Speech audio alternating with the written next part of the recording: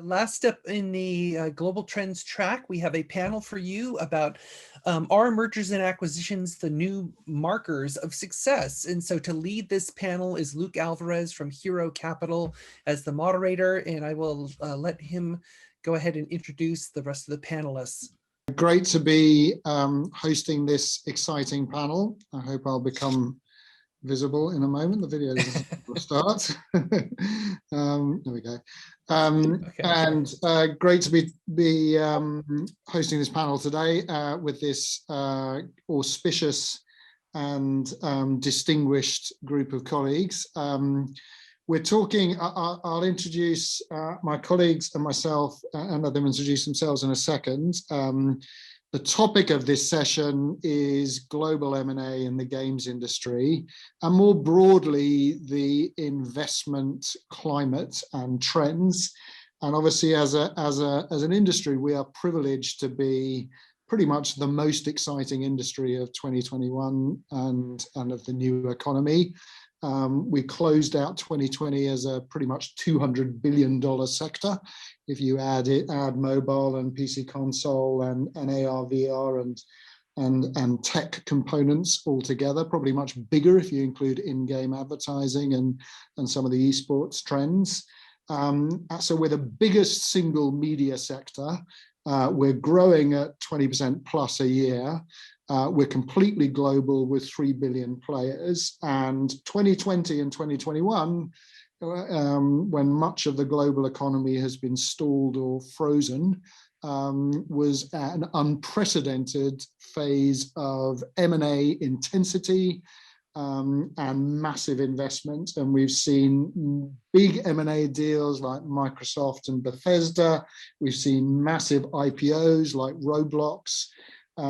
We've seen, and huge and so on and so forth. We've seen huge private investment rounds, as with Epic, and we've also seen unprecedented early stage venture investment, and we've seen lots and lots and lots of publisher deals. So it's a blazing hot, exciting place to be.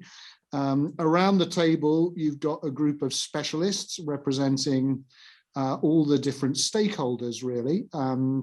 We've got John from Jam City, who represents the publisher corner, potential publisher deals and or acquirers of studios.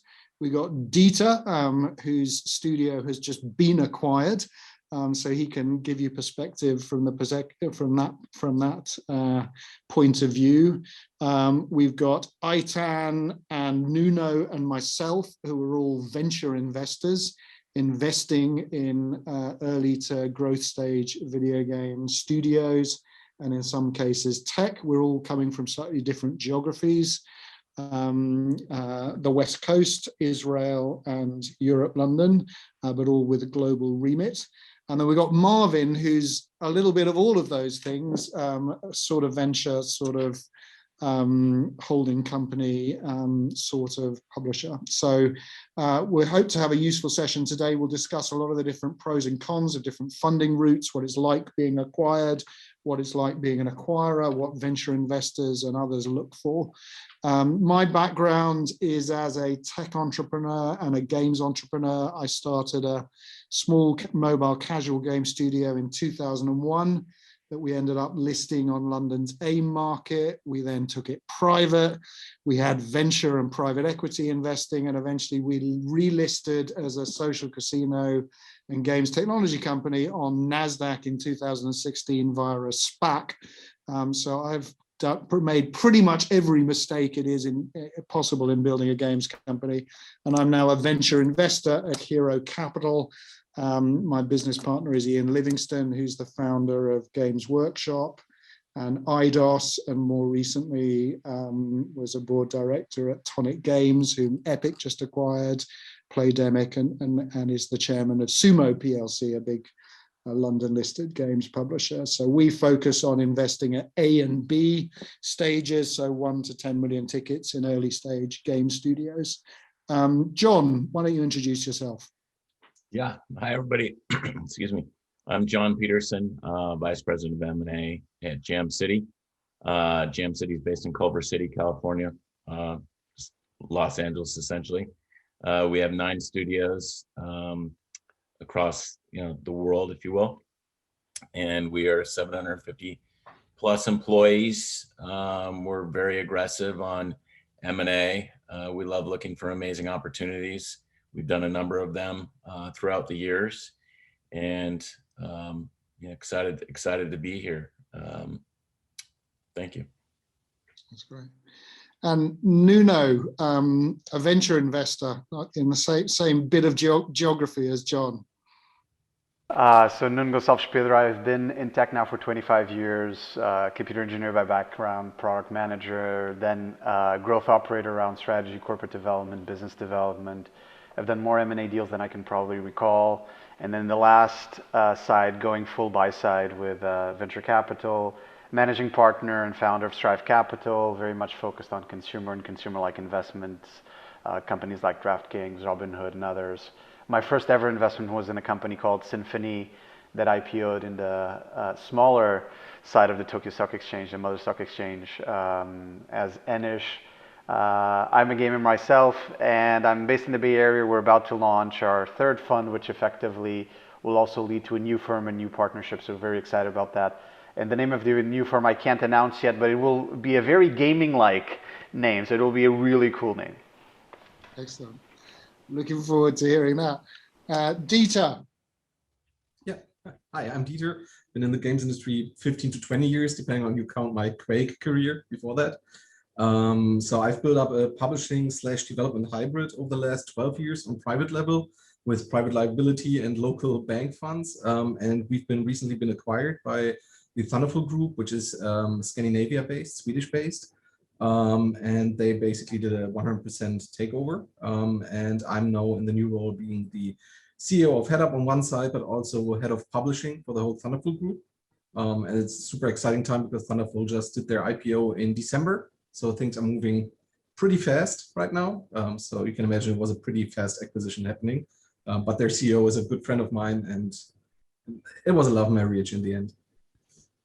That's great. And we're going to get Dieter to talk about some of the bear traps and things to avoid and things to look for in being acquired later in the session. And Eitan, venture investor in Israel. Tell us a bit about what you focus on. Yeah. So Nuno, I have a name already combined with games. It's VGames. I'm the founder and managing partner. We're a games-focused investment fund. We only invest in studios, any stage. I always say I care about the content, about the team. I less care about at what stage and on what platform. So we do early stuff and later stuff. Our most recent investment was, which we announced, was Candivore, one of the fastest growing game companies out of Israel.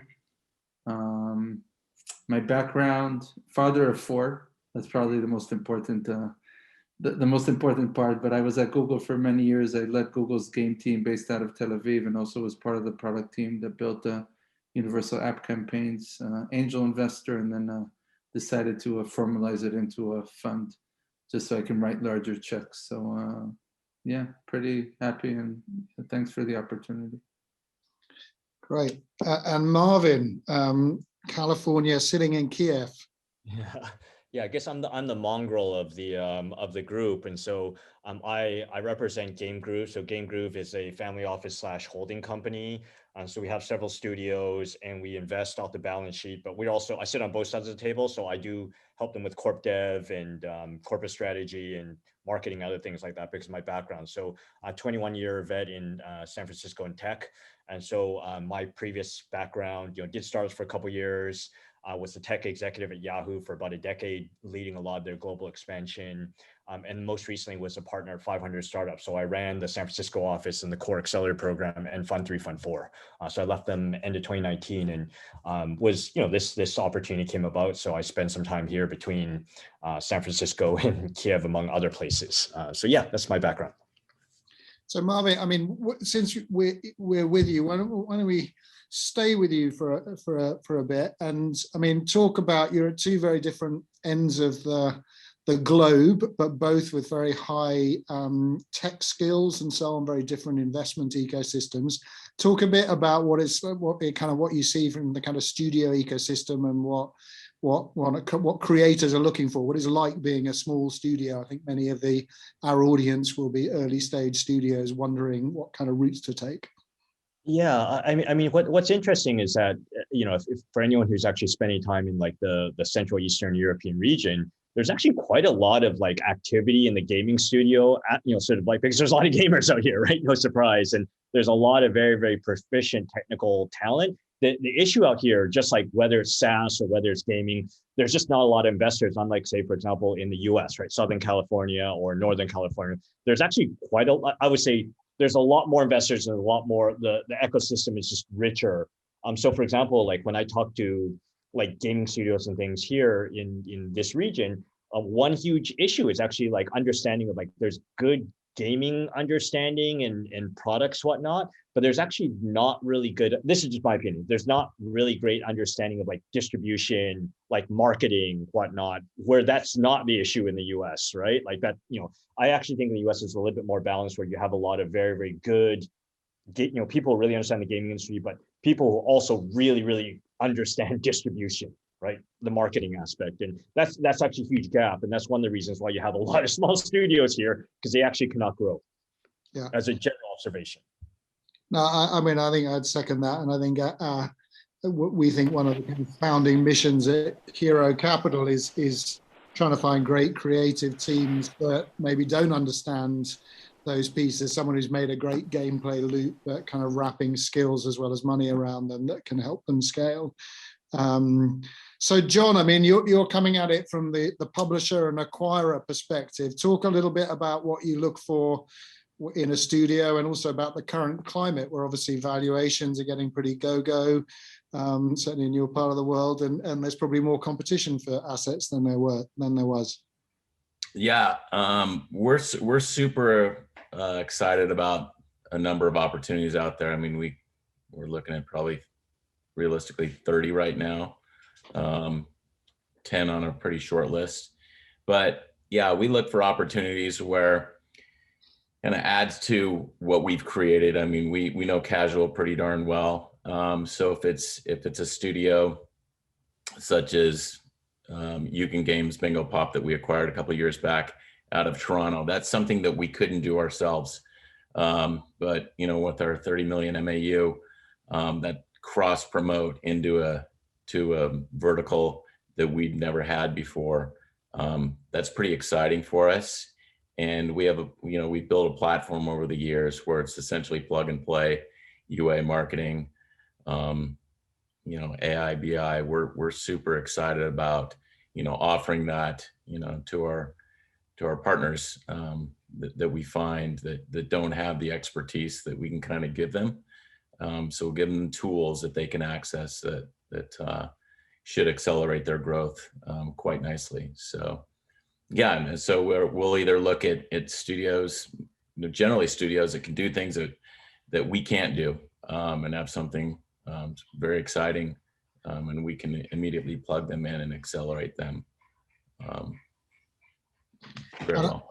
No, I think there's a theme in there, that a lot of the logic for a strong creative studio for working with either a publisher and a publisher deal, or being straight out acquired by someone like yourself, is actually that they do have exactly the gaps that Marvin was talking about. They got a great gameplay loop, but they don't have the UA funnel or the live ops or the peer matching or whatever it is.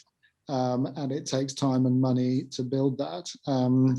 So Dieter, you've just been acquired. Talk about, first of all, why and the trade-offs and how you thought about that. Yeah, basically, we've been growing quite well over the last years on a private level, but there's a certain level we cannot surpass by private liability. I've got 3 kids, so there's just a limit to what I'm willing to give up personally. And we had big titles like, for example, Bridge Construct with like 80 million players and all that. But I felt that I've hit a limit with the team, and I would love to have a strong partner who can carry us forward, and to unleash the potential of the guys here. And then basically the CEO of the Thunderful Group, I've known him for over a decade, and he's a guy I always wanted to work with.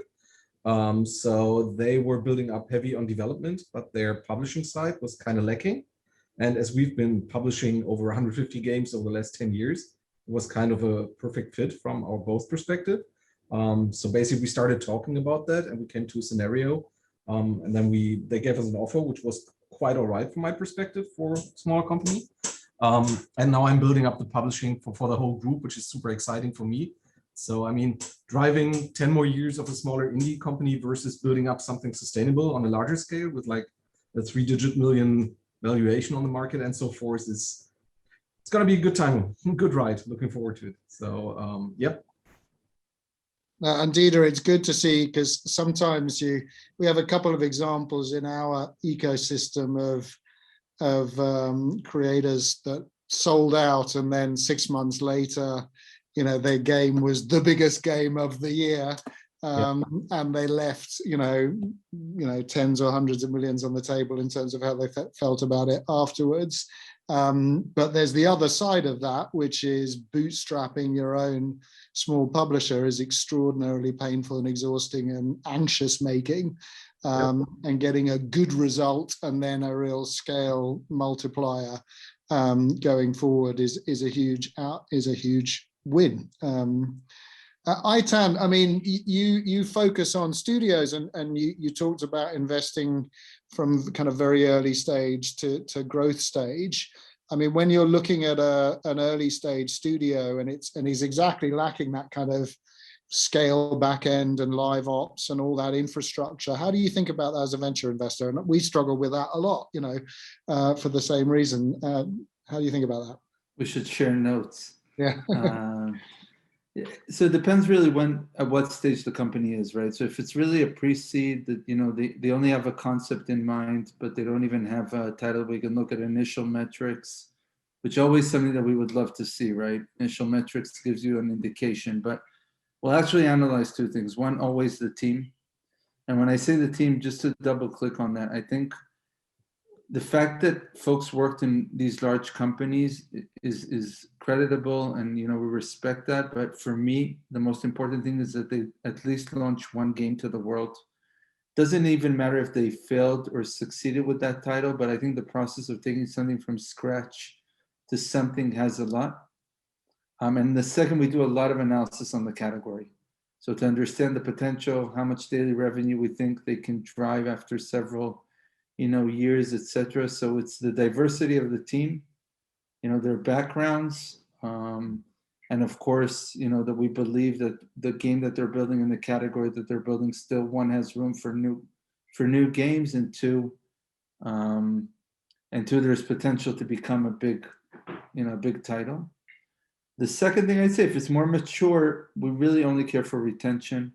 Our philosophy is that if the numbers make sense, we'll be able to monetize. The long-term retention, of course, is key. It's hard to ask for that as investors, because early days to ask for retention, you need a lot of patience and time, and you do need money today. The world has become more and more expensive on the marketing and acquisition side of things. But it's something that gives us more confidence, and and then we'll be able also to put larger checks and pay higher as well. So it really depends on where the team is and what stage they are and what life cycle and what their backgrounds are to really define on our investment strategy. That makes sense. And Nuno, I mean, you're going to be launching the new fund any minute. I mean, insofar as you're focusing on studios, what are you looking for, and how do you think about the great opportunities? Yeah, I mean, we've talked about the tale of two worlds, right? Later stage, mid stage, scale matters a tremendous amount.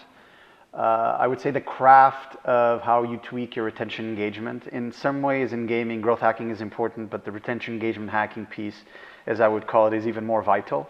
And you can see it actually pretty early on, right? Even if you're running a beta trial, or if you've just launched in one market like New Zealand or Philippines or something else, you can see the numbers sort of emerging early on. So the scale piece we sort of take to the side for a second, because that will only come much later, and who knows. And we focus a lot more on the craft side. So we focus a lot more on the retention engagement piece, and we focus a lot more on whether the team is not only very creative, because I think there's a lot of dynamics around the industry of saying in early stage investing, it's all about the people. and the team and what they're doing, whether they've done before or not. But there's a lot of things you can observe for. Do they have game design experience? Do they have, again, retention engagement chops? Do they have product management skills that are at scale, et cetera, et cetera? And we spent a lot of time on that. So we spent a lot of time really analyzing the team at a level of fact-based analysis that I think goes a little bit beyond just we met for coffee or we met for virtual coffee these days, et cetera.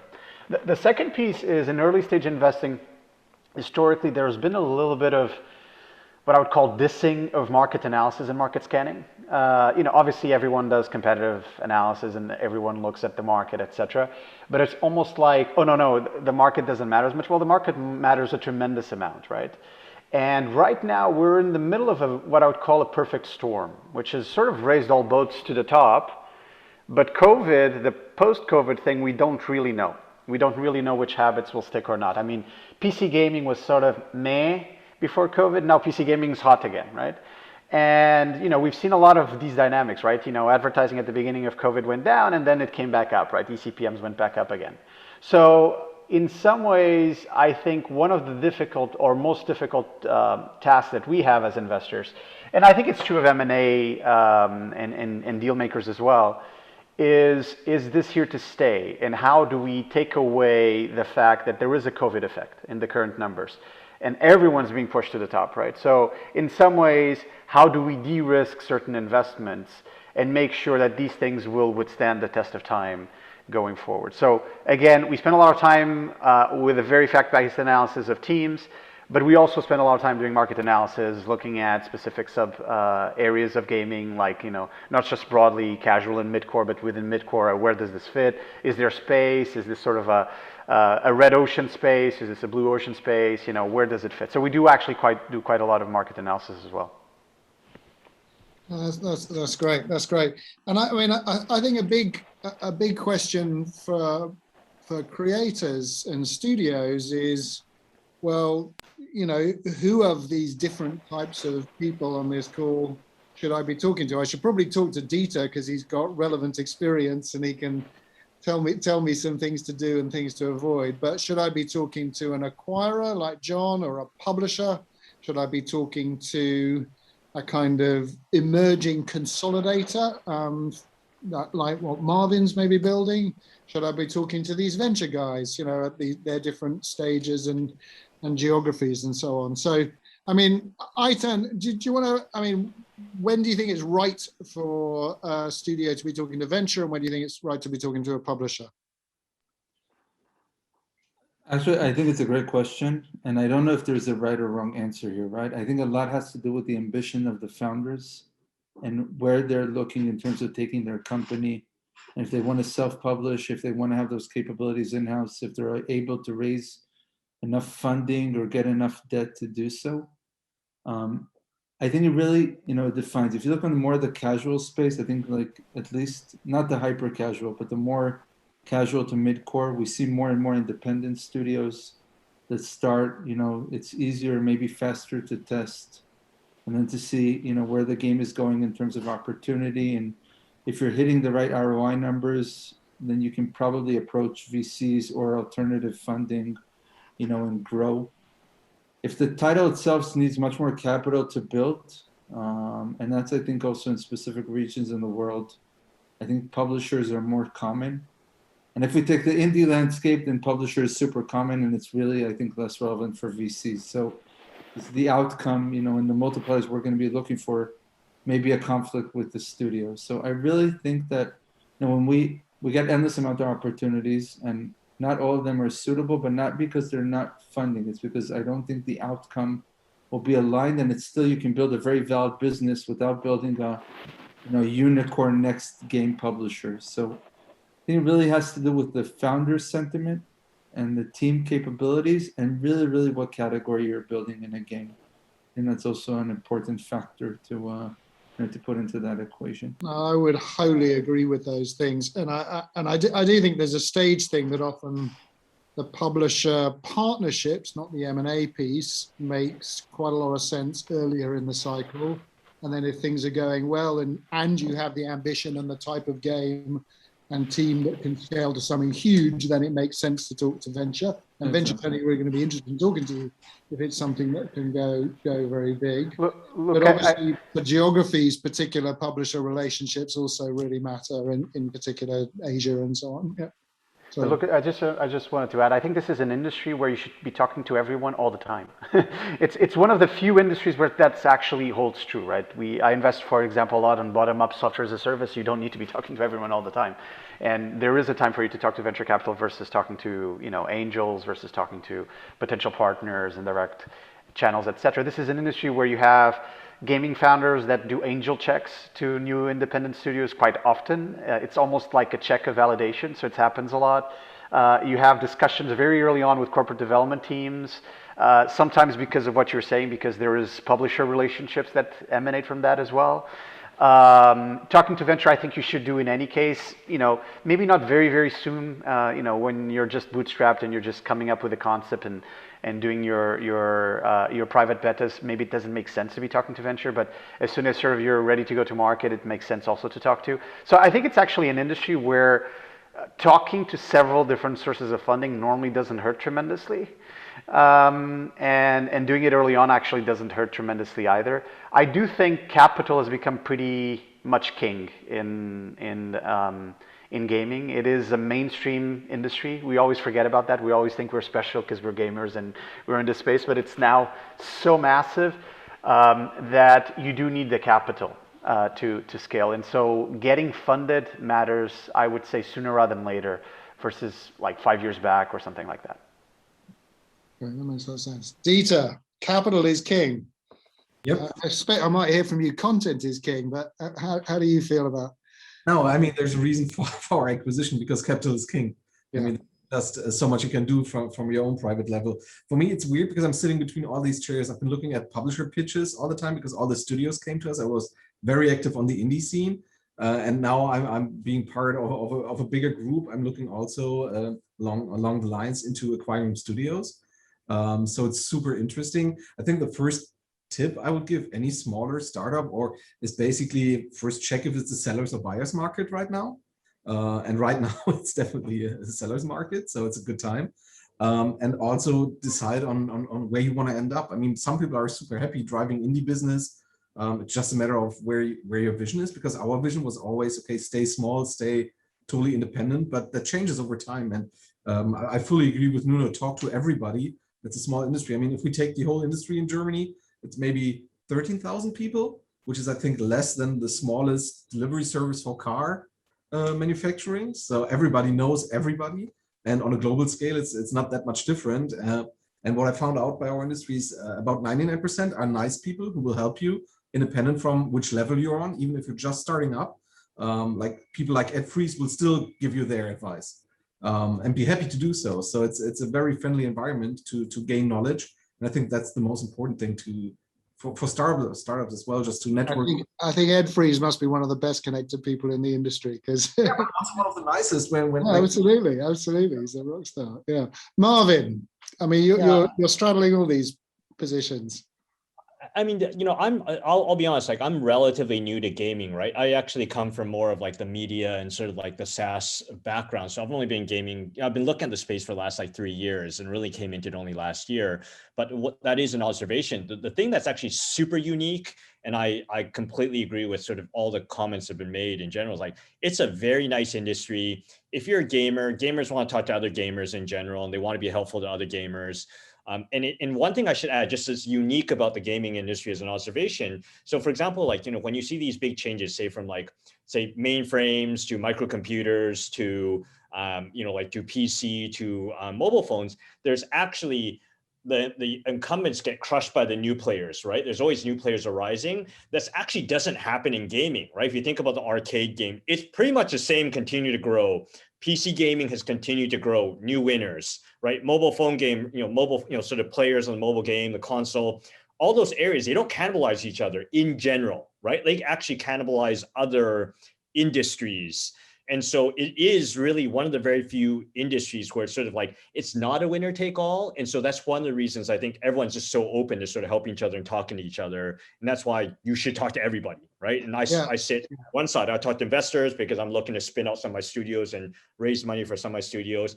I'm talking to other studios and certain SaaS related gaming IP and things. And because we're looking to probably invest off our balance sheet. So I do both, right? And so you just never know. You just never know. No, and I think that observation, I mean, there's a famous chart that I'm sure we're all familiar with that compares the impact of new technology on the music industry revenues over 50 years since 8-track. And you see the, vinyl and then CD, cassette and CDs and MP3 and streaming.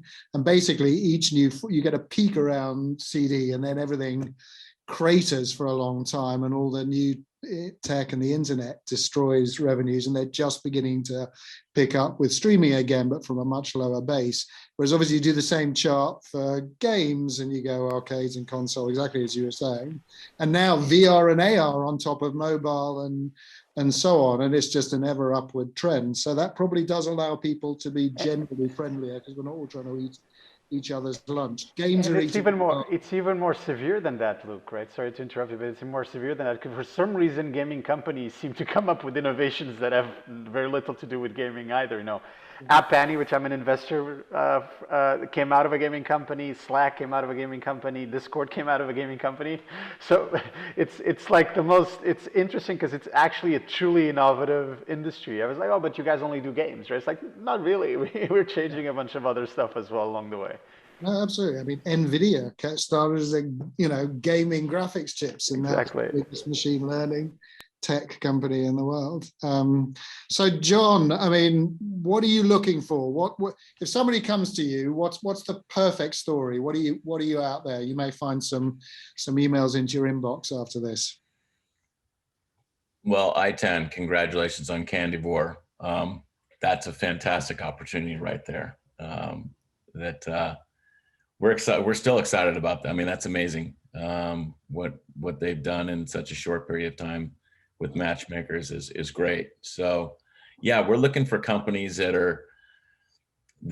have something but don't have the expertise on UA, don't have the expertise in marketing, don't have the capital to accelerate, that need our help, that maybe they've made a game or two in the past that haven't been that successful, and they have something that's showing decent KPIs initially, but we've kind of been around the block a few times, and we know when stuff happens, it's okay, and we can help those teams out. And yeah, but I think as far as what we look for, with probably not super seasoned companies that have been around 4 or 5 years and the peaks of the world. That's probably not where the sandbox we want to play in. The companies that are a little bit smaller than that really need our expertise, and whether it's UA, whether it's marketing, whether it's consumer insights, where we can truly help them grow. That's great. That's great. So look, we've got 5 minutes left. Just to repeat our moderator's invites, you can put questions in the Q&A or indeed the chat. We'll see them either way. But in the last few minutes, I mean, it would be great, I think, if we just went around the table and heard some predictions. So what are we feeling? Big predictions, couple of big predictions for the next, pick your time period, year or decade for the games industry. Marvin.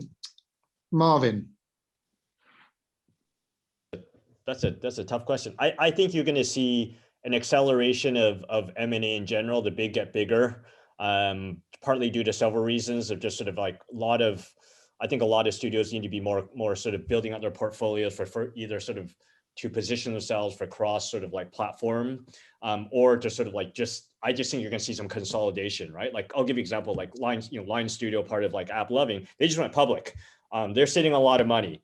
And they have a customer acquisition machine that works really well that you just need to continue to feed, right? In the sense of sort of push stuff down the pike. So like, there's going to be a lot of that. You're going to see a ton more sort of like IPOs and things because of SPACs, for better, for worse. And so I think it's going to be pretty frenzied for the next 2 or 3 years in this space. Yeah, fully agree. Fully agree. And I think that's good and bad for all of us. I mean, bad on valuations for the investors on the call, good for the industry as a whole, and good for the general frame rate and cycle speed of everything we're doing. I mean, our industry is just going faster. Eitan. Yeah, I totally agree. And even to build on John's last point, I think, the fact that now there are going to be much more game public companies or game related public companies, and at the end of the day, public companies have to show growth year after year. Working at Google's 8 years, and that's close to my heart, quarter after quarter, forget about year after year. So I think we are going to see more and more M&As, on larger prices and companies that are more mature. And I totally agree that I do think we're going to see also consolidation between the public. But as John mentioned, I also think we're going to see earlier acquisitions as well of talented teams that came out with titles that are pretty, early days, but you understand the potential of them. And, if companies that acquire or don't have the capabilities of doing the billion-dollar deals, but have the understanding of the potential, I think we're going to see earlier stuff, still on good returns for the founders and for the investors. So I do think the landscape is going to be, it's going to be a good founder ecosystem landscape, and that's great because that means that we're going to have more and more founders come out of more mature companies or folks coming into the industry from other industries or related industries and building game companies. And I'm happy. Like, look, on this call we had 3 dedicated game funds. There are many more, and I hear of many more coming, and I think it's justified. It's the ecosystem is growing, and we should make sure that there's capital to support it on the early stages of it. Absolutely, absolutely. Nuno. For me, there's 2 sort of big trends that I would anticipate, or at least I have an hypothesis on: the short term and the long term. The short term, I think the next 1 to 2 years. Massive consolidation will continue happening. Everything that everyone's talking about, there's so much cash. Public gaming companies are doing so well that they can throw it around, try different experiments, go into corporate venture capital, do early stage investing, do acqui-hires, do bigger business acquisitions. The big tech companies acquiring pieces of the puzzle and acquiring very strong supportive tools to the industry as well. So I think we're going to continue saying that. But I do think there is a bubble. I do think there is a public market bubble. I think the game of the chairs will stop at some point. My best guess, it's probably not going to be this year because we're still coming out of COVID. There's a general optimism with vaccination and all this stuff. People are still spending a lot of time at home. But maybe next year there will be some burst in this bubble. And then for me, it's the really cool part. It's the 3, 5 years, 5 to 10 years, which is really my cycle, your cycle, Luke, and your cycle, Eitan, of investment, right? And I think we're going to just see tremendous innovation. We're going to see innovation in game design that we can't really anticipate today. We're going to see innovation in form factors and input and output. AR and VR, we've been talking about it for a decade now, but I think will come of age in the next 5 to 10 years. That's my big bet and my big disruption. We're big investors in that as well. and so I think that's going to be the next big disruption. It shifts totally the game design piece. It shifts totally how we do things. There's already some existing players in the market that might actually be brought to the top because of that. So for me, there's a couple of really big trends in the short and long term. That's great. John, yeah. John. Yeah. So I really think that there's an amazing amount of with the consolidation that's going on out there. There's incredible teams, sub teams, if you will. So you have your founders that are getting all the money, not all the money, but the majority of it. And then you have the teams underneath that might not want to stick around for the earnout, and they'll spin out, and you're just going to have incredible opportunities. Look at Peak, for example. I mean, they got 2 spin outs right now. That's I think it's going to happen across the globe, and it's going to be amazing opportunities within the next few years. Fully agreed. And Dieter. Ah. I think there's never been a better time to get into games. It's basically the best industry right now because you have all these levels of funding and all these possibilities. So if I look at, for example, in Germany, we now have a 50 million euro fund, which basically matches your money invested. So you can maybe produce at half of the price. I see so many new forms of funding methods, despite publishers or VC or equity. You see publishers spinning off third-party publishing, developers opening like Sumo, opening their own third-party publishing part. Then we have all you guys. We have people like Kowloon Knights and blah, blah, blah. There's just so much going on and there's so much capital in the market. So if you're a smart guy right now, it's a very, very nice industry to get into. But I do think that experience will rise to the top. So you will have spin-offs from bigger studios, a lot of failures in the beginning, which is always a shame, but it's kind of how the market works. And I think consolidation will be a big thing moving forward. And also I think the market is moving towards subscription, which I'm super interested in to see where that is going in terms of will it kill free-to-play or what exactly will come out of it. And China is a black box for me still. Because if that turns or opens up at some point, who knows? It's going to be very different again for the Western Hemisphere and so on. So everything is in motion, but it's positive motion. So I think it's a good time to be in the games. Fully agreed, fully agree. And I think we're in an incredibly privileged position of, there is this astounding ecosystem of 3 billion handsets and PCs and consoles growing every year, new emerging markets coming on stream all the time, new demographics coming on stream all the time, the cloud infrastructure and all of that. I mean, Hiro Capital is a name check to Neil Stephenson's Snow Crash. The lead character is called Hiro. And, we think games are the big next computing platform. It's going to emerge in these game ecosystems that all these different companies that are listing and we're investing in are building. It's an amazing time. I think we've got at least a decade of mega growth ahead of us, and it's the creator economy. If you're making great games, there are all these different ways to market. So creators, come and talk to all the different people here. We've all got different spins on this and different incentives, but we're all passionate about the sector. And hopefully that's been a useful session. Kate, I think you're about to tell us we're out of time. Yes, usually when I appear, that's generally what it means. But yeah, it's great. I mean, and I think if anyone has any questions for you, they can catch you on Discord or they know how to find you guys. So I encourage people to do that. So thank you all. That was a great panel. Super insightful. Thanks, everybody. Thanks for having us. Much. Bye. Thanks for having us. Bye, guys. All right. Bye, everyone. Bye-bye.